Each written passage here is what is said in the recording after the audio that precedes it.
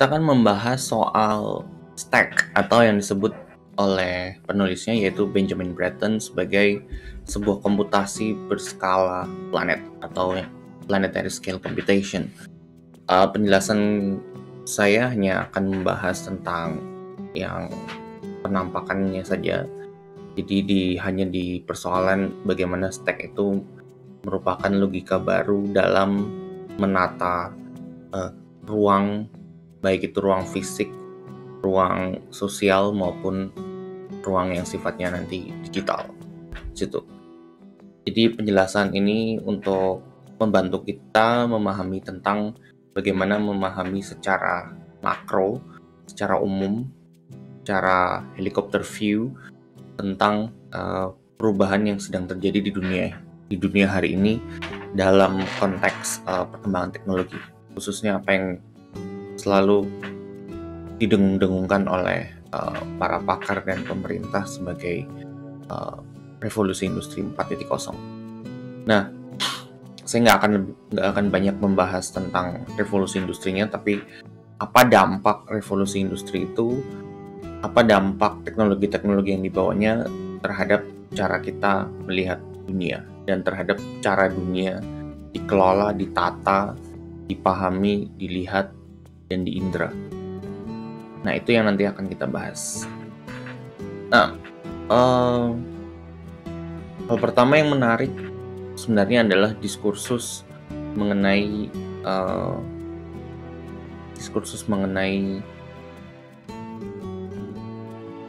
AI is eating software. Jadi beberapa tahun yang lalu seorang computer scientist mengatakan bahwa dunia hari ini sedang dilahap oleh software, yang mana software komputer, komputasi merasuk ke seluruh aspek kehidupan. Nah, hari ini komputer itu sendiri sedang dilahap oleh ikan yang lebih besar lagi, yaitu artificial intelligence. Sebenarnya penulis ini hanya ingin bicara tentang bagaimana program-program komputer yang baru hari ini itu mampu mengotomasi proses penulisan program itu sendiri. Jadi penulisan kode-kode yang akhirnya membuat program. Jadi program yang membuat program. Nah, AI itulah yang dimaksud sebagai ikan yang memakan software yang sedang memakan dunia. Tapi apakah alegori ini atau parabel atau perumpamaan ini tepat? Nah, itu yang menarik untuk kita diskusikan dalam kaitannya dengan topik hari ini, yaitu tentang bagaimana perubahan teknologi itu berdampak pada perubahan tata ruang, bahkan tata logika keruangan. Nah, kita akan bahas dulu soal ruang. Apa sih yang disebut dengan ruang? Karena tanpa kita memiliki pemahaman tentang ruang, nah itu yang akan buat kita mungkin agak kesulitan membahas tentang stack. Nah, dua persepsi atau dua teori besar tentang ruang yaitu adalah, yang pertama adalah Euclidean dan yang kedua adalah non-Euclidean. Euclidean itu adalah sebuah ruang yang sifatnya absolut, yang kalau kita mau lebih detail mengikuti teori matematika geometrinya Euclid, itu seorang filsuf di zaman Yunani. Nah, dia memberi postulat 5 ruang. To cut long story short, Euclidean space itu adalah ruang yang secara umum kita pahami sebagai sebuah ruang kelas, ruang kamar, ruang belajar, ruang bidang, meja, dapur, tempat makan, tempat tidur, dan seterusnya. Itu adalah ruang. Jadi ada sebuah bidang gitu. Nah, sementara yang non-Euclidean dia lebih sifatnya bukan berupa bidang, tapi dia lebih berupa topological. Jadi sebuah bentuk yang sifatnya abstrak dan umum gitu. Jadi kalau kita bilang topological space itu adalah ruang-ruang yang mana logika keruangan itu ditata sedemikian rupa sehingga dia mengikuti sebentuk logika tertentu. Gitu. Misalkan kita bilang spherical tuh dengan kata lain dia adalah bulat. Nah, kita bilang bumi itu bulat, tapi kalau Anda lihat secara real, bumi itu bulat hanya dilihat dari luar, hanya dilihat dari kilometer, puluhan bahkan ratusan kilometer dari bumi. Tapi kalau kita lihat bumi itu dari sangat dekat, maka dia sebenarnya tidak bulat. Jadi bentuk itu titik tertentu adalah sebuah topologi. Jadi banyak topologi yang salah satunya nanti kita akan bahas adalah loop topology. Nah,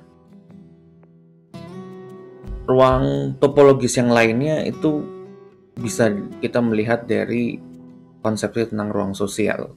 Ruang sosial non-Euclidean itu dia berlaku hubungan yang sifatnya analogis gitu. Jadi kayak meme di sebelah ini dia bilang jadilah matahari dalam kehidupanku, itu artinya pergilah jauh gitu kan. Jadi ruang di antara 92 juta miles itu sebenarnya tidak untuk ditangkap secara literal, tapi dia hanya bicara tentang analogi untuk simbolisasi dari jauh di situ. Nah, ruang non-Euclidean juga ruang yang terbentuk secara metaforis, misalkan ruang hatiku, ruang memori, ruang harapan dan seterusnya. Dia juga bisa ruang yang dibayangkan. Kalau Anda membayangkan ruang secara mental di pikiran Anda, maka dia menjadi ruang yang sifatnya non-Euclidean. Anda membayangkan diri Anda di surga, misalkan Anda membayangkan diri Anda di pulauan Raja Ampat dan seterusnya. Jadi Anda tidak sedang di Raja Ampat, tapi Anda sedang berada di ruang yang Anda konstruksikan di kepala Anda. Gitu. Jadi ruang non-Euclidean itu adalah ruang yang tidak terpatok pada satu lokasi. Jadi dia bisa bersifat relatif, dia bisa bersifat relasional dalam artian dalam hubungannya dengan objek-objeknya. Jadi dia tidak fix, tidak kaku, tidak baku, tidak absolut. Nah, itu ruang non-Euclidean. Nah, ini bisa kita lihat teori-teori yang pernah muncul mulai menteorikan tentang non-Euclidean space. Ada Henri Lefebvre yang bicara tentang live space, perceived space, dan conceived space. Nah, itu dia yang menunjukkan bahwa ruang itu tidak sederhana atau sekaku kita memahami ruang kayak ruang kamar, ruang tamu, ruang rumah, bangunan, dan seterusnya. Tapi dia juga bisa yang bersifat non-Euclidean. Saya nggak akan terlalu detail tentang geografi ini. Ini juga bisa Anda lihat di tabel yang saya sarikan dari bukunya Henri Lefebvre. David Harvey mengembangkan dengan menambahkan matriksnya menjadi absolute space, relative space, dan relational space. Nah, itu dibuat matriks menjadi 9 kuadran dengan 3 konsep keruangan dari Henri Lefebvre. Lagi-lagi saya tidak akan fokus tentang ini, sekedar pengetahuan kita aja bahwa ruang itu tidak sesimpel atau sekaku yang kita bayangkan selama ini. Nah, di situ membuat kita masuk ke dalam topik hari ini. Bagaimana konsepsi atau teorisasi ruang yang expanded, yang meluas, lebih dari yang biasanya kita pahami, itu ternyata masuk juga dalam kaitannya dengan ilmu komunikasi. Dan dalam ilmu komunikasi ada salah satu subdisiplin yang relatif tidak banyak atau jarang, bahkan kalau di Indonesia kita dengar atau dibicarakan, setidaknya dari pengalaman dan pengamatan saya, yaitu adalah subdisiplin komunikasi geografi atau communication geography. Dia adalah subdisiplin juga di bawah human geography atau geografi manusia. Jadi saya mengartikan komunikasi geografi ini selain dari tulisan dari Adams dan Jensen tentang taksonomi communication geography dan seterusnya. Kesimpulan saya adalah komunikasi geografi itu bisa menghubungkan disiplin komunikasi dengan disiplin geografi, khususnya geografi dalam artian yang non-Euclidean. Walaupun bukan berarti dia terbatas pada yang non-Euclidean. Saya akan tunjukkan nanti bahwa baik yang Euclidean maupun non-Euclidean ini benar-benar tidak terpisahkan satu sama lain. Nah, komunikasi geografi muncul dalam bentuknya yang pertama, yaitu komunikasi dalam sebuah ruang. Lalu dia juga bisa bagaimana komunikasi itu menciptakan ruang tertentu, ruang yang baru, dan bagaimana komunikasi mengubah logika ruang.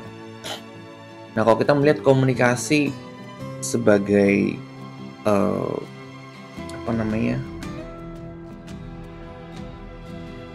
komunikasi di dalam sebuah ruang, kita akan melihat, misalkan saya beri contoh dalam konsep ruang yang Euclidean. Dalam konsep ruang yang Euclidean, komunikasi dalam ruang itu bisa bicara tentang ruang tertentu itu mensyaratkan pola komunikasi tertentu. Misalkan di dalam ruang kelas Anda bicara dengan formal atau setidaknya semi formal dengan dosen dan seterusnya, tapi pada saat Anda di luar kelas, maka dialek itu akan berubah. Ruang pada saat Anda berkonsultasi dengan dokter di ruang berobat, di penjara, ruang interogasi, dia memiliki dinamikanya sendiri. Jadi berbeda ruang, maka berbeda pula pola dan dinamika komunikasi. Nah, misalkan di dalam ruang non-Euclidean ada karya sastra, karya tulis, lukisan, rekaman, film, dan seterusnya. Ada komunikasi-komunikasi yang terjadi di dalam situ, dan itu tentu saja berubah, berbeda-beda juga. Begitu pula komunikasi yang terjadi di dalam jejaring komunikasi, dalam Twitter, dalam comment section, Zoom meeting, dan seterusnya, itu juga memiliki dinamikanya yang sendiri-sendiri. Jadi intinya adalah perbedaan ruang dan logikanya itu berdampak pada perubahan pola, model, dan logika proses dan dinamika komunikasi. Berikut agen-agennya. Jadi misalkan di dalam Zoom meeting, Anda rapat Zoom dan seterusnya, itu agennya sebenarnya bukan hanya saya dan bukan hanya kita sebagai orang manusia komunikan dan komunikatornya, tapi sebenarnya agennya ada agen-agen tidak terlihat seperti misalkan sinyal, lalu agen satelit, lalu sinyal elektromagnetik, layar, program, dan seterusnya. Itu yang memediasi proses komunikasi.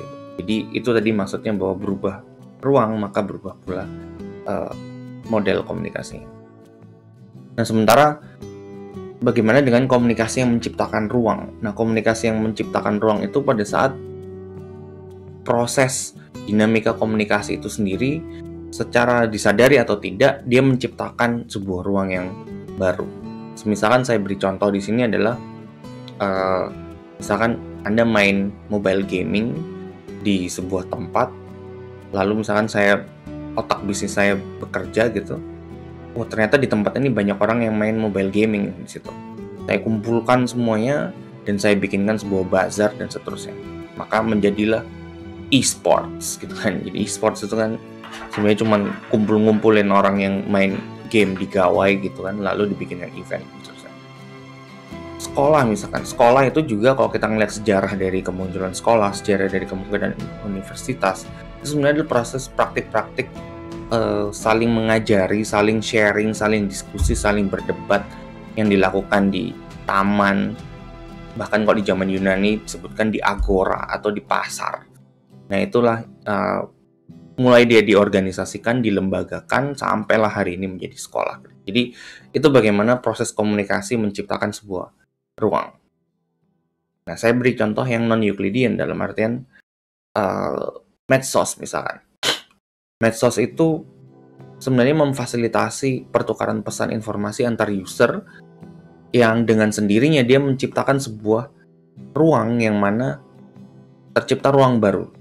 Jadi ruang ini kita berkomunikasi di dalamnya, bertukar informasi, foto, gambar, posting, komentar, dan seterusnya, like lah, tagging, dan seterusnya. Tapi secara disadari atau tidak, pada saat kita menggunakan platform itu, si pemilik platform menjadikan platform ini sebagai tempat wadah beriklan. Yang akhirnya mengundanglah pengiklan-pengiklan untuk bayar di situ. Saya kira kalau rekan-rekan melihat film Social Dilemma atau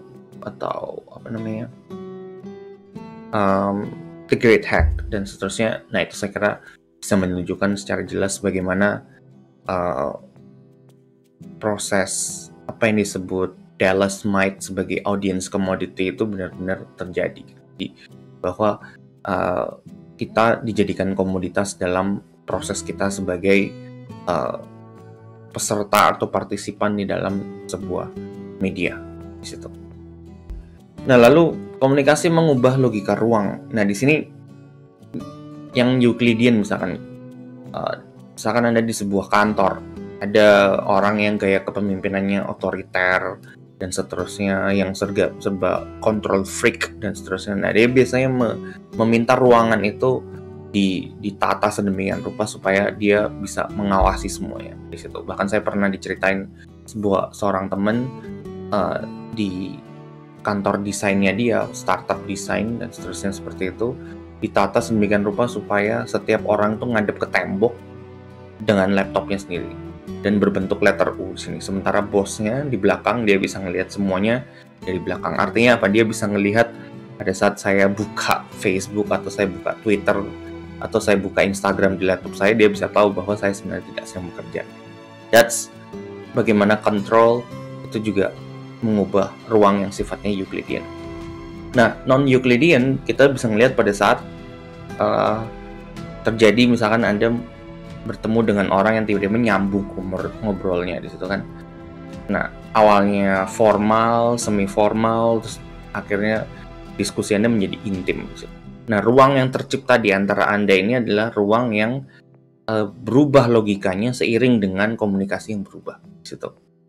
Lalu sebaliknya juga, misalkan Anda punya teman yang dulu sama-sama makan nasi aking gitu, sukanya ngutang di nasi padang misalkan, tiba-tiba dalam 10-15 tahun lagi kemudian dia menjadi pejabat, terus tajir melintir, tiba-tiba dia ngomong semuanya berbasis uang, materi, kekuasaan gitu kan, seolah-olah dia bisa menguasai semuanya dan dia ingin menguasai Anda juga gitu kan.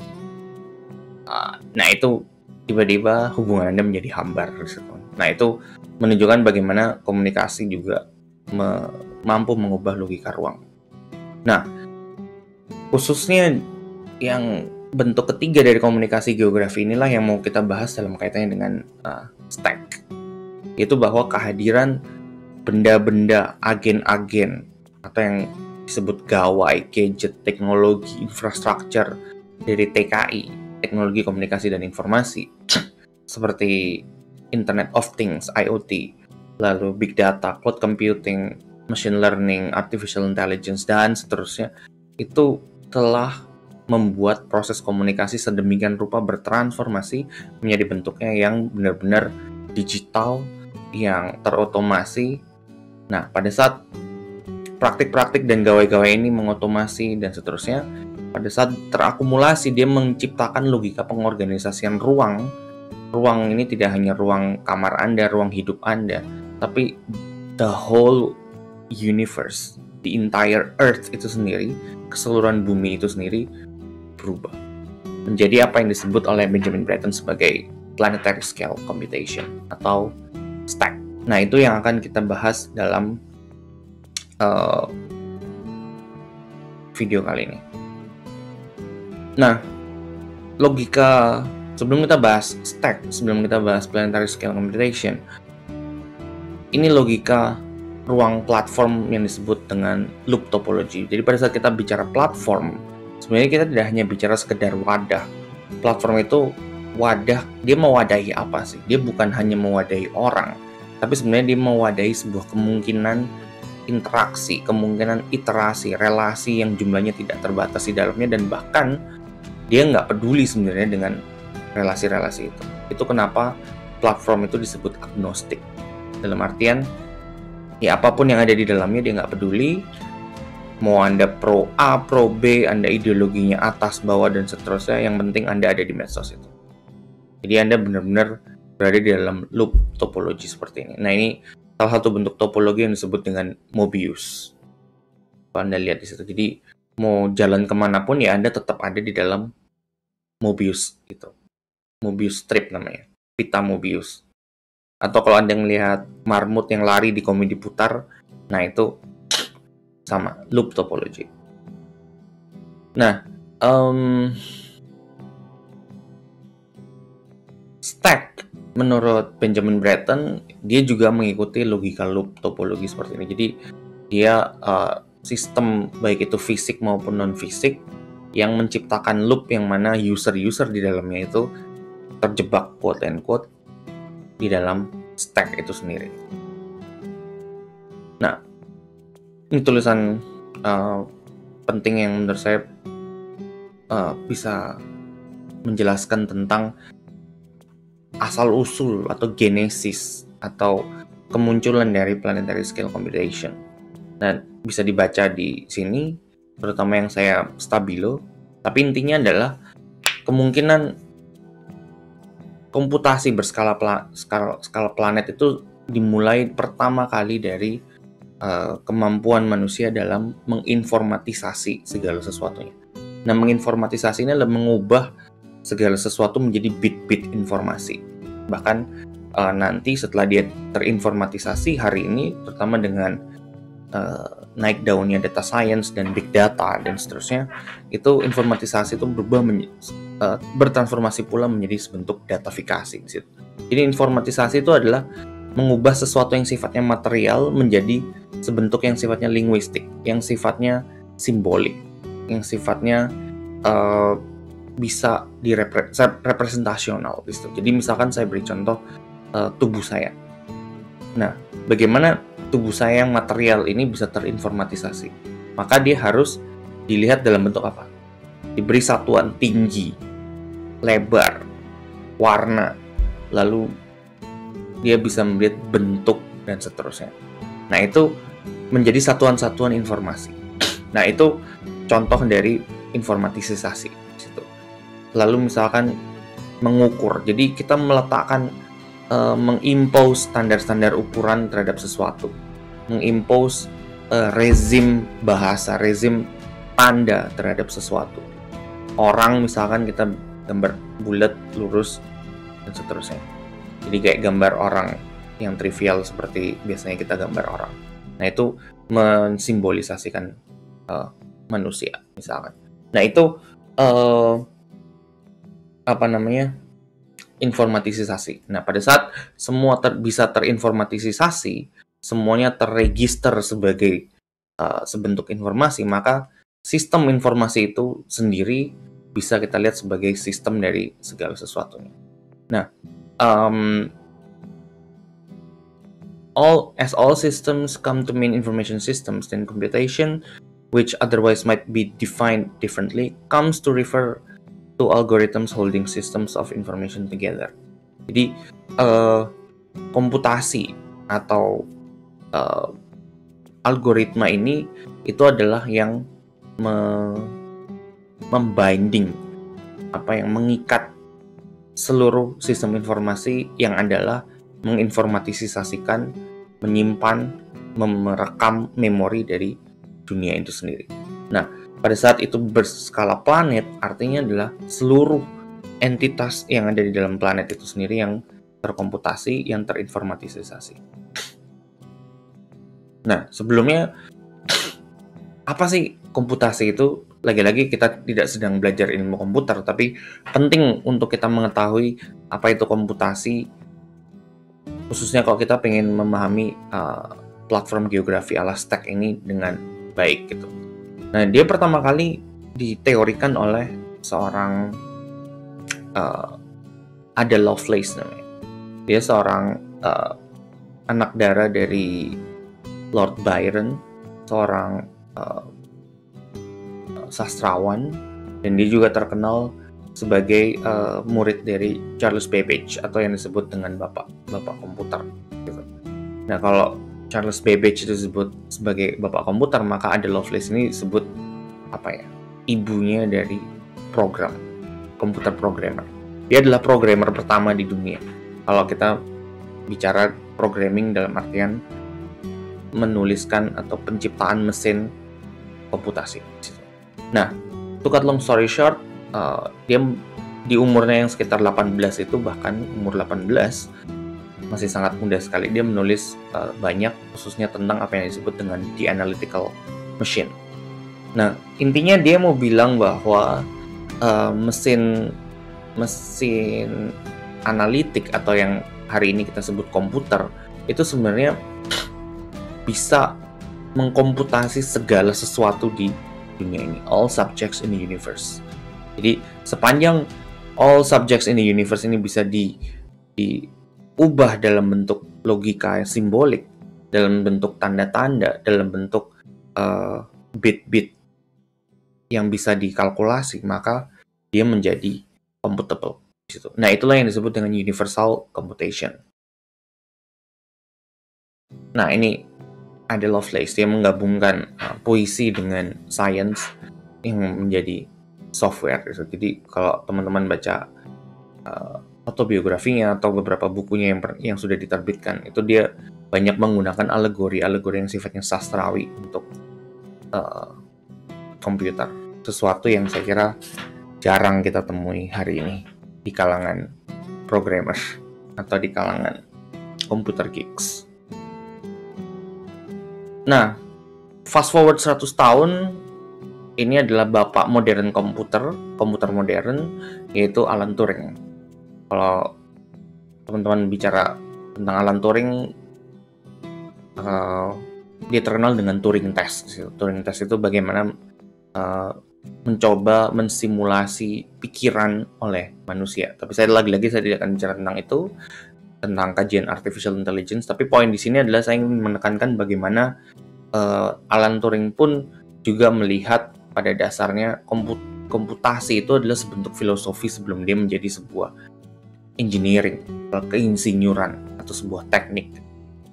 Jadi apa sih filsafat atau filosofi dari computing itu adalah pada saat matematika mampu mengubah dunia ini atau merepresentasikan dunia ke dalam bentuk yang sifatnya simbolik, maka quote, natural system can be reducible to information and computational processes. Jadi itu yang disebut dengan komputasi. Jadi komputasi itu dengan kata lain adalah mengubah sesuatu menjadi tanda simbolik, dan tanda dan simbolik ini mengikuti alur logikanya, maka kita melogikakan, kita mengkalkulasi dari tanda-tanda simbolik ini dan untuk menghasilkan sebentuk luaran-luaran analisis yang lain. Nah, itu yang disebut dengan komputasi. Nah, pada saat komputasi itu komputasi adalah melakukan kalkulasi terhadap informasi, maka medium dalam melakukan komputasi itu sendiri itu adalah wadah yang mana komputasi itu berlangsung itu adalah tempat media. Jadi kita harus clear bahwa tidak selama ini di ilmu komunikasi selalu bicara media itu selalu koran, media cetak dan seterusnya. Tidak sesimpel itu. Medium itu adalah segala sesuatu yang mampu mentransmisikan, yang mampu menyimpan informasi. Jadi pada saat dia mampu menyimpan informasi, menampilkan informasi, dan mentransmisikan informasi, maka dia menjadi disebut media. Nah, di situ kita bicara pada saat kita bicara media dalam artian yang luas seperti ini, maka menjadi relevan kita bicara tentang media geografi atau communication geografi. Kenapa? Karena geografi itu sendiri pun akhirnya menjadi sebentuk wadah yang mana dia bisa dilihat sebagai sebentuk medium itu sendiri. Khususnya pada saat kita bicara tentang pertukaran informasi oleh agen-agennya di situ. Nah, misalkan kita melihat Paul Adams di sini pada saat dia bicara tentang komunikasi dan media yang di luar dari apa yang biasanya selama ini kita pahami. Jadi komunikasi itu bisa berlangsung antar manusia atau non manusia. Jadi pada saat saya berbicara dengan artificial intelligence, misalkan Alexa atau Siri atau Bixby dan seterusnya, Sebenarnya itu berlangsung antara manusia dan non-manusia, tapi tetap itu juga terjadi komunikasi. Begitu pula dengan media. Media itu adalah, kalau bahasa dia adalah aransemen yang menghubungkan satu dengan satu orang dengan satu orang, atau satu orang dengan banyak orang, atau banyak dengan banyak. Jadi aransemen ini yang di dalam diskusi kita tentang stack itu disebut juga dengan platform di situ. Nah, ini yang akhirnya membuat kita, menurut saya cukup kita pemahaman ini untuk kita bisa memahami tentang planetary scale computation sebagaimana yang dipahami oleh Benjamin Bratton di situ. Nah, yang pertama, planetary scale computation itu merupakan sebuah logika. Jadi kita harus melihat planetary scale computation itu sebagai logika penataan dunia pada saat dunia ini dipenuhi sesak oleh gawai-gawai teknologi di situ. Nah, ini bisa kita baca di sini bagaimana stack itu sebentuk arsitektur yang sifatnya multi-layer di situ. Dan dia tidak kaku, tapi dia modular. Modular tuh bisa melar, bisa diubah-ubah. Dan kalau kita lihat dia layer-layer, berlapis-lapis. Lapis ini tidak independen, tapi dia sifatnya interdependent. Nah, apa aja lapisnya itu nanti akan kita pelajari lebih lanjut. Nah ini yang tadi saya bilang bahwa stack itu adalah logika. Tapi dia tidak hanya sekedar logika, dia juga kenyataan. Jadi dia di satu sisi alegori, di sisi lain dia adalah actuality. Di satu sisi dia adalah metafor, tapi di sisi lain dia adalah sebuah fakta. Nah, apa maksudnya? Yaitu nanti akan kita lihat bagaimana dunia itu tertata sedemikian rupa seperti komputasi. Itu tadi kenapa penting untuk kita bicara tentang universal computation terlebih dahulu sebelum kita bicara tentang stack. Kenapa? Karena pada saat kita bicara tentang komputasi, selalu kepala kita bicara tentang komputer. Selalu bicara tentang software, program, dan seterusnya. Tapi sementara bahkan bapak dan ibu penemu ilmu komputer, penemu programmer sekalipun, dia tidak mereduksi komputasi itu sebagai komputer di situ. Nah, di sini yang ingin dikembalikan oleh Benjamin Bratton pada saat dia ingin melihat bahwa dunia ini tertata, dinamika dunia ini tertata sedemikian rupa sebagaimana proses komputasi itu terjadi di situ. Nah, di sini bahkan dia ingin tunjukkan bahwa geografi, aspek politis dari platform ini itu membuat platform ini terbuka terhadap politisasi dari kekuasaan, modal, dan seterusnya di situ.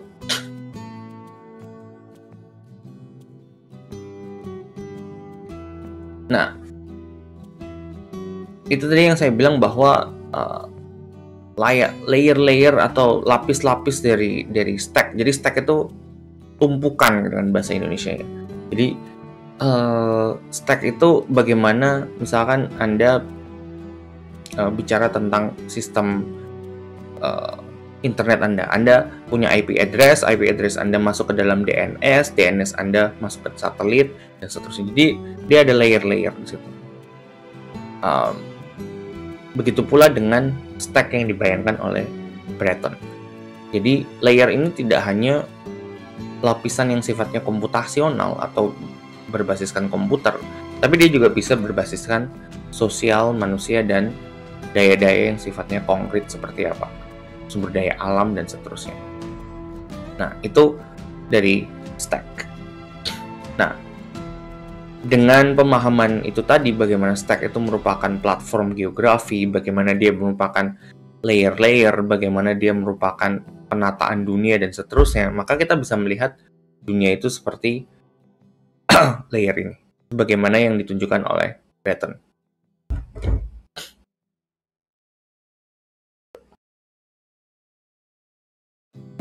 Nah, Bratton menteorikan layer ini ke dalam 6, yaitu User Interface, Address, City, Cloud, dan Earth. Ini nggak harus di atas bawah seperti itu, bahkan tidak harus seurut seperti itu.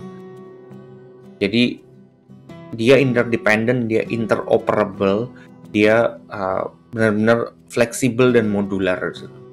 Nah, ini yang perlu kita pelajari secara menurut saya secara mendalam supaya kita dapat memahami tentang bagaimana dunia hari ini tertata di situ. Nah, yang pertama adalah Earth. Earth itu bicara tentang sumber daya material dari teknologi-teknologi yang ada. Kita bicara tentang kobalt, kita bicara tentang lithium, kita bicara tentang besi, kita bicara tentang segala sesuatu yang melandasi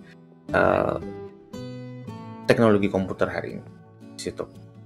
Cloud kita bicara tentang, tentu bukan awan dalam artian awan. Cloud itu bicara tentang storage, bicara tentang penyimpanan memori.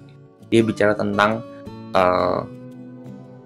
warehouse, data warehouse.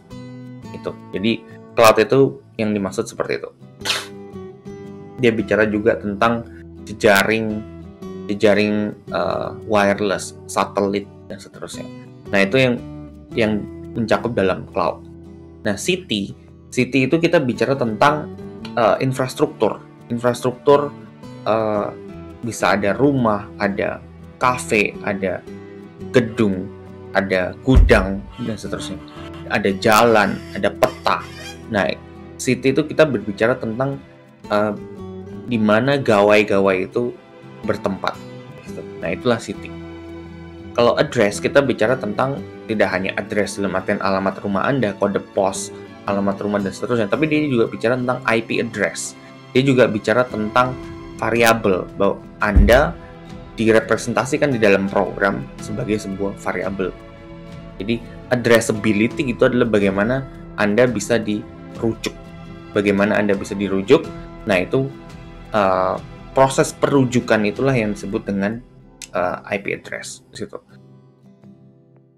Dengan address. Nah, dia ada IP address, ada DNS. DNS itu Domain Network System dan seterusnya. Nah, interface itu dia tidak hanya bicara layar ya.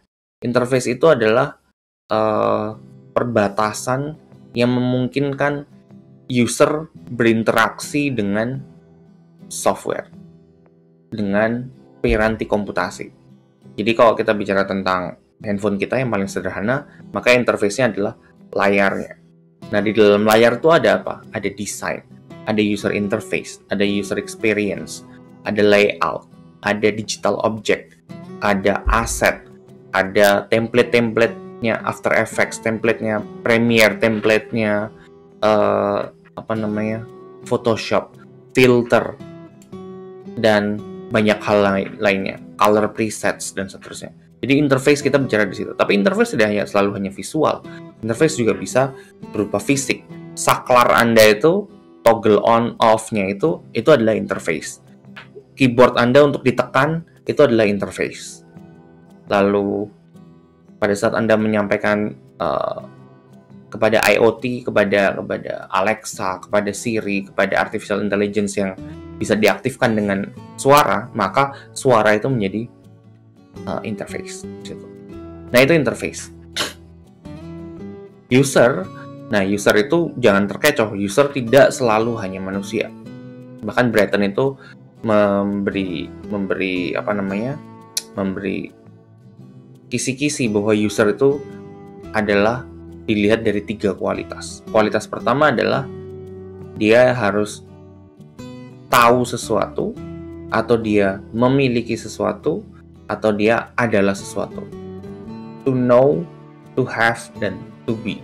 Know, have, be. To know. To know itu adalah saya tahu password. Pada saat saya tahu password, maka saya menjadi sebuah user. To have adalah di apartemen saya punya keycard, kartu akses. Jadi siapapun yang memegang kartu akses, maka dia adalah user. Dan be atau siapakah Anda. Nah, itu dia bicara tentang sesuatu yang melekat di kita. Retina mata kita, sidik jari, suara, dan seterusnya. Jadi, nah, apakah ini harus manusia? Tentu tidak. Apakah itu harus saya? Tentu tidak juga. Bahkan banyak film yang menunjukkan bagaimana mata dicongkel hanya untuk membuka pintu dan seterusnya. lalu bagaimana keycard itu bisa dicuri dan seterusnya. Lalu kalau saya mencuri password Anda, saya ngehack akun Anda, itu misalkan Twitter, Instagram Anda akan merecognize saya sebagai Anda kalau saya bisa masuk dengan password Anda. Nah, itu disebut dengan user. Dan user itu tidak lagi-lagi tidak harus manusia. Misalkan saya memprogram handphone saya untuk diprogram oleh program yang lain, misalkan oleh komputer saya, maka handphone saya itu adalah user dari komputer saya. Gitu.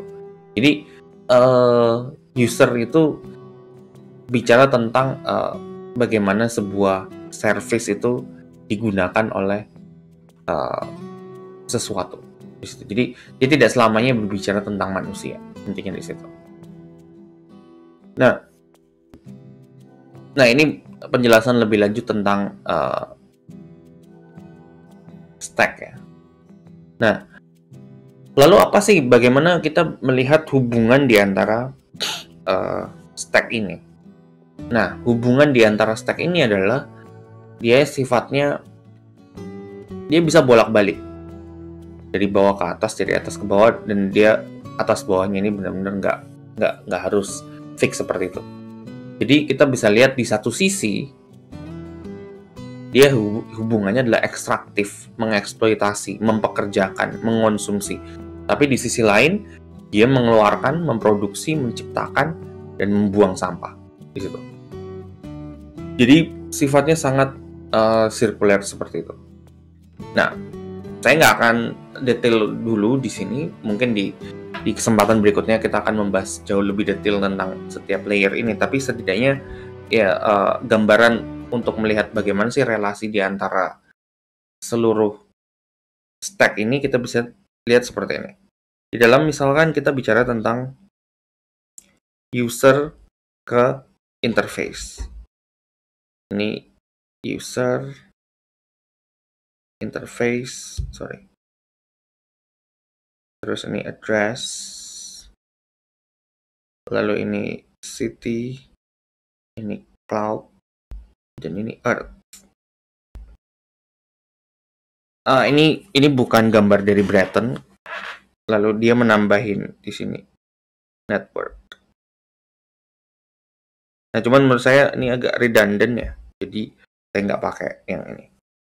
Nah, yang pertama di sini adalah relasi yang sifatnya ekstraktif. Sementara yang di sini sifatnya produktif.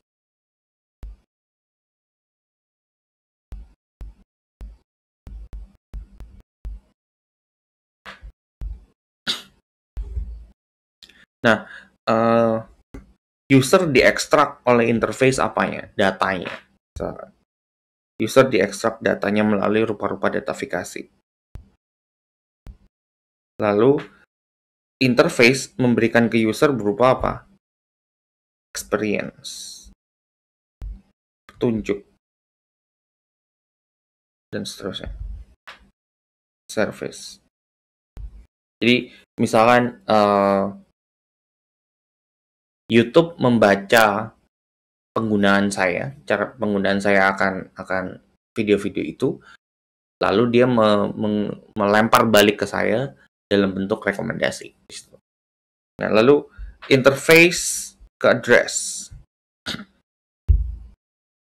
Nah, interface ke address ini pada saat terjadi transaksi atau komunikasi human computer interaction saya dengan interface saya.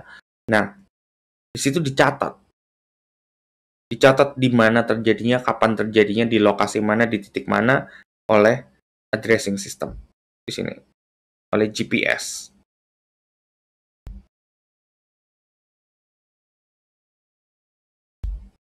Atau tracking. Jadi dia mengekstraksi titik lokasi dan koordinat saya sebagai user di situ. Lalu di address memberi interface, melempar ke interface dengan misalkan kalau saya ada di lokasi, saya lagi ada di Senayan gitu, lalu saya buka Gojek, maka aplikasi GoFood misalkan memberi rekomendasi saya bla bla bla bla, berbasiskan lokasi yang dia track dari saya di situ. Nah, lalu naik lagi address dan city. Lalu city melempar ke address. Nah, address ke city misalkan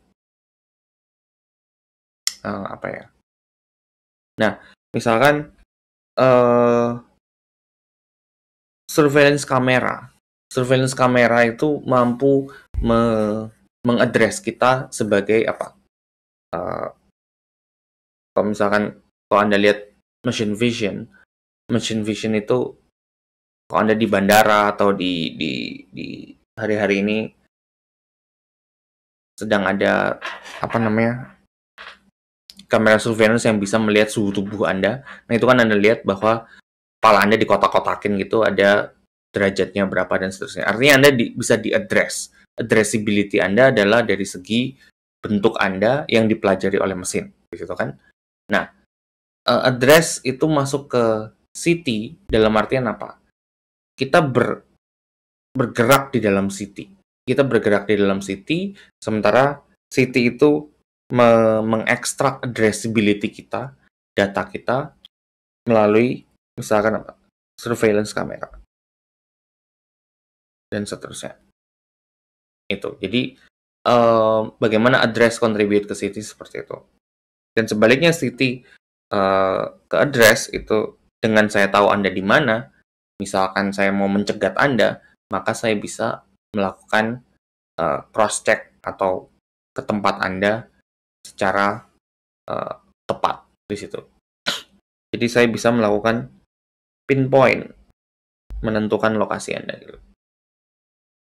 Nah itu contoh ya, jadi dia tidak harus ini, tapi Anda bisa cari penjelasan-penjelasan atau contoh-contoh lain yang menunjukkan bagaimana kedua layer ini berhubungan di situ. Lalu bagaimana city dan cloud? City dan cloud ini kita bicara tentang bagaimana cloud itu mengkonsumsi ruang di dalam city di situ. Jadi bagaimana komputer Anda mengkonsumsi ruang di meja Anda misalkan. Bagaimana data center itu mengkonsumsi ruang di kantor dan seterusnya. Nah, bagaimana piranti-piranti itu menempati ruang di kota, infrastruktur dan seterusnya. Nah, itu bagaimana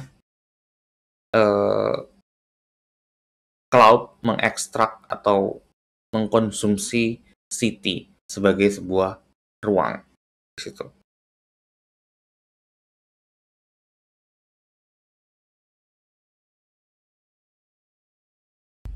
Occupy. Nah, bagaimana cloud dengan earth misalkan? Nah, di sini cloud itu karena terdiri dari wireless, transmitter, dia gawai-gawai itu. Nah, dia membutuhkan tentu butuh material kan. Cloud itu dia butuh besi, dia butuh aluminium, dia butuh kobalt, dia butuh lithium dan seterusnya. Tentu itu digali dari bumi di situ.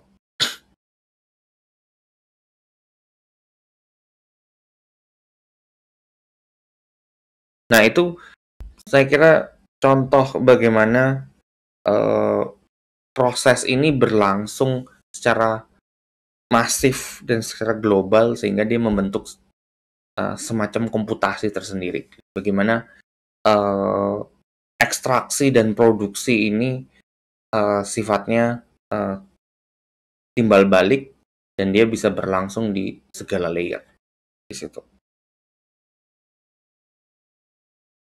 Nah, kalau kembali ke diskusi kita tentang stack, yang sifatnya dua arah seperti ini, maka kita harus kembali lagi melihat kenapa ini bisa terjadi.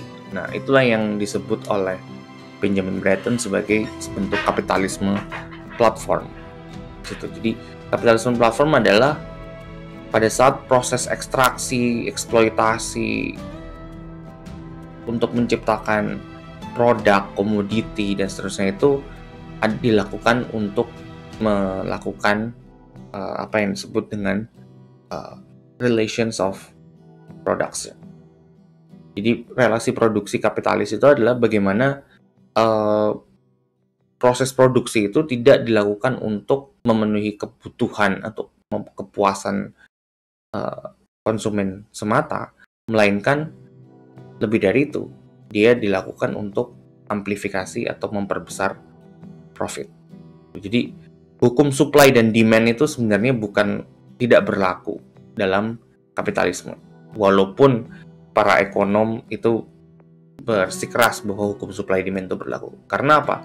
Hukum yang berlaku itu adalah hukum akumulasi modal. Jadi pada saat Anda ingin menciptakan segala sesuatu, Anda nggak bicara tentang supply dan demand. Supply dan demand itu Anda pikirkan setelah Anda memikirkan terlebih dahulu gimana caranya make profit. Gitu. Pada saat Anda jadi apa yang selalu dipikirkan oleh kapitalisme itu bukan memenuhi demand, bukan menyediakan supply, melainkan melakukan apapun di lini manapun, supply maupun demand, yang pasti itu adalah untuk mengamplifikasi atau memperbesar akumulasi dari keuntungan. Nah, saya akan beri contoh satu layer saja konkretnya. Gitu. Jadi, nah di sini saya ingin tunjukkan bagaimana konsumsi kobalt di dunia itu meningkat sangat drastis sejak tahun 2000 sampai estimasi 2025 di situ. Bahkan dia meningkat dari 2000-an sampai 76.525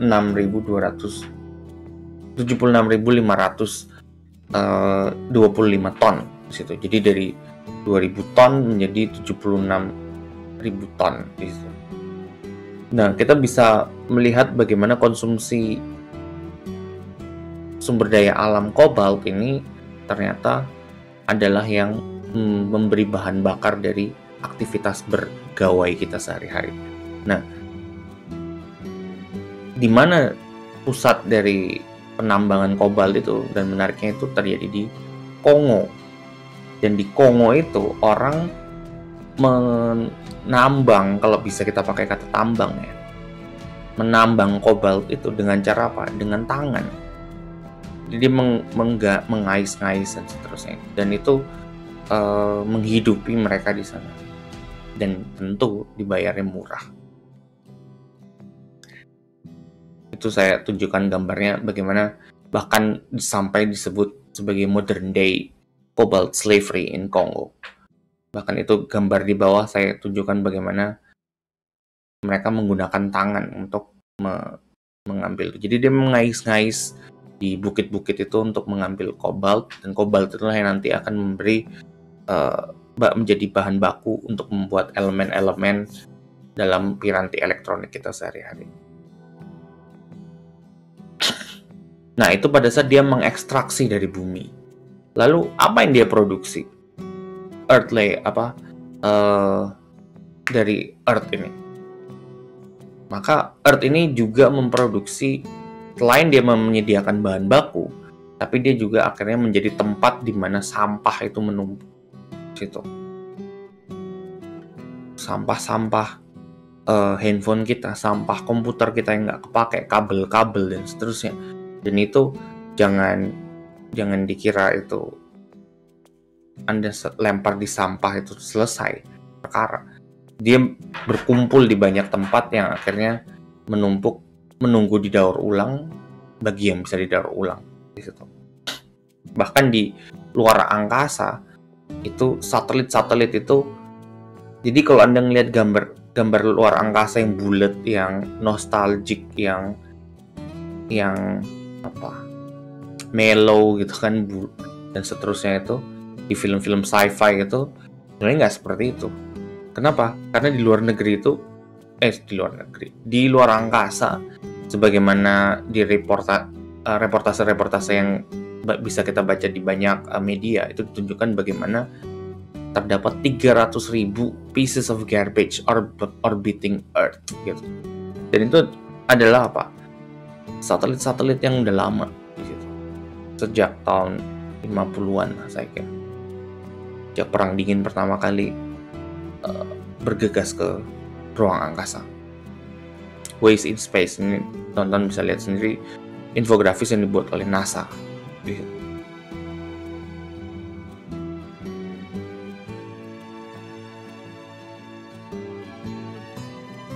Nah, di sini contoh kita pindah ke layer user.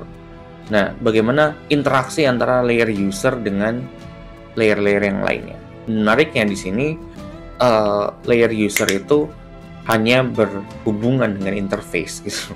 Jadi bagi user, layer address di cloud, earth dan seterusnya itu menjadi sesuatu yang sifatnya invisible atau tidak terlihat. Nah, ini yang menjadi point of concern dari kajian-kajian yang sifatnya politik. Bagaimana kita melihat politik platform, politik algoritma. Kenapa? Karena pada saat ada sesuatu yang tidak terlihat, artinya dia memiliki kekuasaan yang lebih untuk bisa melihat tanpa bisa terlihat. Pada saat saya bisa melihat Anda tanpa Anda bisa melihat saya bisa memonitor Anda, bisa mengawasi Anda, mengintai Anda, memata-matai Anda. Nah, apa gunanya itu dilakukan kalau itu tidak untuk suatu kepentingan tertentu? Kepentingan apa itu? Ya itu yang bisa kita bahas di kesempatan-kesempatan berikutnya.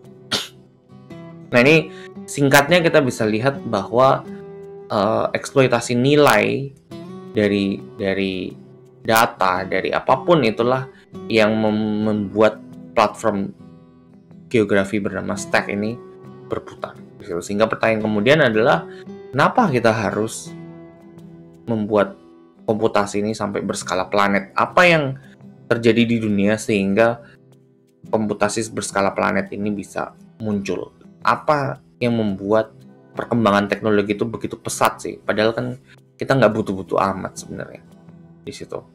Ya mungkin pada saat kita baca majalah-majalah teknologi, kita mendengarkan pakar-pakar teknologi, kita menjadi seolah-olah butuh gitu. Jadi atas nama progres itu seolah-olah kita diminta untuk terus maju mengkonsumsi teknologi-teknologi itu tanpa sebenarnya kita benar-benar butuh di situ. Nah, sehingga lagi-lagi itu yang saya sebutkan tadi, bahwa logika supply dan demand itu sebenarnya adalah alibi untuk menutupi logika yang lain, yaitu logika untuk eksploitasi, logika untuk amplifikasi modal. Jadi bagaimana caranya saya supaya tetap kaya adalah supaya Anda tetap beli, sehingga saya akan cari apapun yang bisa membuat Anda beli, merasa butuh, merasa nostalgia, merasa melihat diri Anda di dalam gawai, di dalam teknologi dan seterusnya. Apapun lah itu yang membuat Anda tetap keep on cashing out, flushing out money di situ. Nah, untuk melakukan itu di Stack, kuncinya adalah di kekuatan komputasional. Nah, computational power ini mau nggak mau kita bicara tentang kekuatan hard disk, kekuatan memori, kekuatan ada namanya teraflops, itu bagaimana mengukur kekuatan komputasi dan seterusnya. Dan itu yang berkembang sampai hari ini. Bahkan kita bisa lihat trillion fold increase in computing power. Jadi Anda bayangkan membandingkan handphone Anda hari ini, itu kekuatannya itu triliunan kali lipat dari 50 tahun yang lalu di situ.